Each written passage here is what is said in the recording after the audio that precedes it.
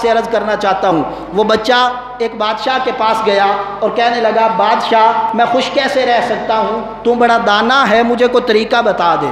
بادشاہ نے کہا اچھا ایک گلاس لو۔ اس نے ایسے گلاس لیا، وہ پانی کا بھرا ہوا تھا، اور ایسے ہاتھ پہ رکھوا دیا اور کہنے لگا اس گلاس کو پکڑ اور جا میرے پورے محل کا چکر لگا کے آ۔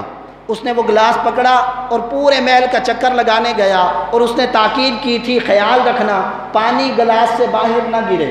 اس نے کہا ٹھیک ہے، تو وہ پورے محل کا چکر لگا کے آیا اور یوں گلاس کو پکڑ کے اسی کو دیکھتا رہا۔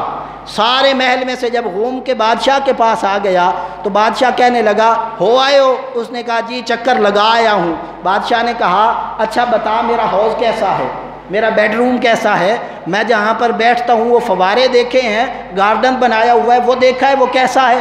وہ کہنے لگا بادشاہ میں تو صرف گلاس دیکھتا رہا ہوں کہ اس میں سے کوئی شے باہر گر نہ جائے، بس اسی کو سنبھالتا رہا ہوں، میں نے محل نہیں دیکھا۔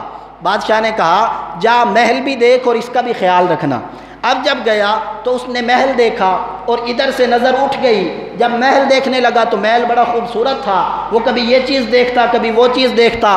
جب دیکھتا دیکھتا بادشاہ کے پاس پہنچا، بادشاہ کے پاس آیا، اس نے کہا ہاں محل دیکھا ہے؟ اس نے کہا ہاں دیکھا ہے۔ اس نے محل کی ساری تعریفیں کر دی۔ جب محل کی تعریفیں ہو گئیں تو بادشاہ کہنے لگا اچھا بتا گلاس کی کیا صورتحال ہے؟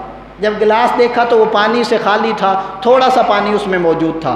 بادشاہ نے کہا بیٹا خوشی کا راز یہ ہے کہ تو محل بھی دیکھ لے اور گلاس بھی سلامت رہے، گلاس میں پانی بھی رہے اور تو محل بھی دیکھ لے۔ اب اس کی تشریح کیا ہے؟ اس کی تشریح میں نے تو جو کی تھی وہ یہ تھی کہ بندے کو گلاس ہی آدھا رکھنا چاہیے، ضرورتیں پوری کر لے اور خواہشوں سے گلاس کو خالی کر لے۔ وہ گلاس ہمارا دل ہے، اس میں اگر ضرورتوں کی فکر رہے اور خواہشیں نکل جائیں تو انسان دنیا سے حظ اور مزہ محسوس کر سکتا ہے اور اس کو کسی قسم کی تکلیف بھی نہیں ہوگی۔ لیکن اگر ہزار خواہشیں لے کر چلے گا تو بندہ پھر مصیبت کا اور مشکل کا شکار ہوگا۔ لیکن اس کے ساتھ ساتھ اس کی تشریح چند دنوں بعد مجھے یہ چائنا کا ایک بندہ ہے یوتانگ، اس کی کتاب جینے کی اہمیت اردو ترجمے میں ملی، اس میں اس نے اس کی تشریح کی ہوئی تھی۔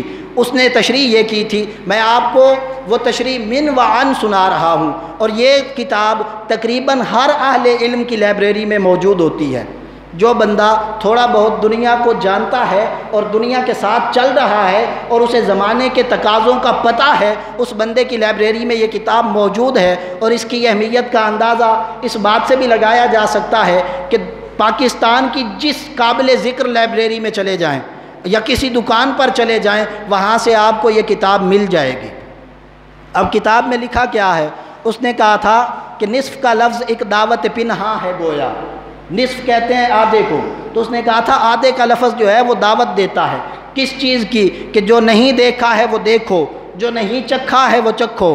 زیست کا آدھا سفر طے کر کے بندہ جب چلتا ہے تو اپنے بچپن سے چلتا ہے، جوانی میں پہنچتا ہے، اگلا بڑھاپا ہے، یہ درمیان میں جو آدھا ہے، جب نصف میں پہنچا تو جوانی میں پہنچا ہے۔ یہاں پر انسان جو چاہے وہ کر سکتا ہے۔ تو اللہ رب العزت کا یہ قانون وہ اپنی اس کتاب میں اس انداز میں بیان کرتا ہے۔